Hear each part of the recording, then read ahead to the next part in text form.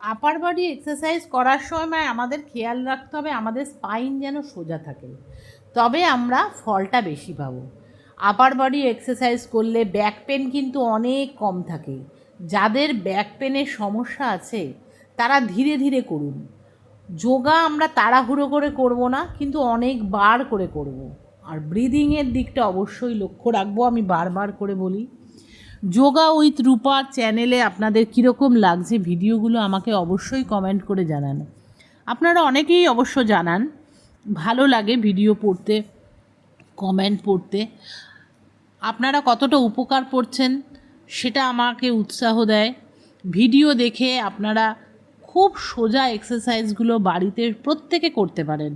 যাদের back pain নেই তারাও করতে পারেন, এবং যাতে পরবর্তীকালে ব্যাক পেনের সমস্যা না আসে সেই জন্য আমরা আপার বডি এক্সারসাইজ করি।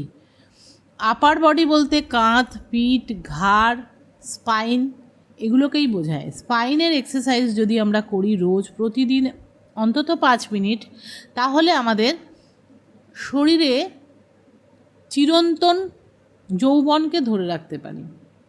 অবশ্যই ফিট থাকবো, যে কোনো পোশাক পরলে আমাদের দেখতে ভালো লাগবে, শরীরে সেটা ফিট হবে। যেহেতু আপার বডি এক্সারসাইজ প্রচণ্ড প্রয়োজনীয় এক্সারসাইজ। খুব সোজা এক্সারসাইজগুলো এখানে দেখুন এবং প্রত্যেক দিন করুন, এবং কমেন্ট করে জানান আপনারা কতটা আমাকে ফলো করছেন এবং করে কি উপকার করছেন। এখানে কিন্তু আমি সমস্ত শরীরের ভিডিওই দিয়ে থাকি। রেগুলার বেসিসে আপনি যদি দেখতে পাবেন আপার বডি, লোয়ার বডি, পেটের সমস্ত ধরনের এক্সারসাইজ আমি যা স্টুডেন্টদের করাই সমস্তই দিয়ে থাকি। অনেক স্টুডেন্ট এগুলো করে উপকার পায়।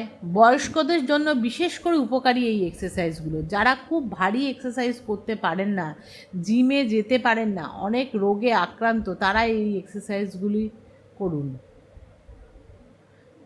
খুবই উপকার পাবেন এবং তার সঙ্গে সুস্থ থাকবেন, অনেক ফিট থাকবেন।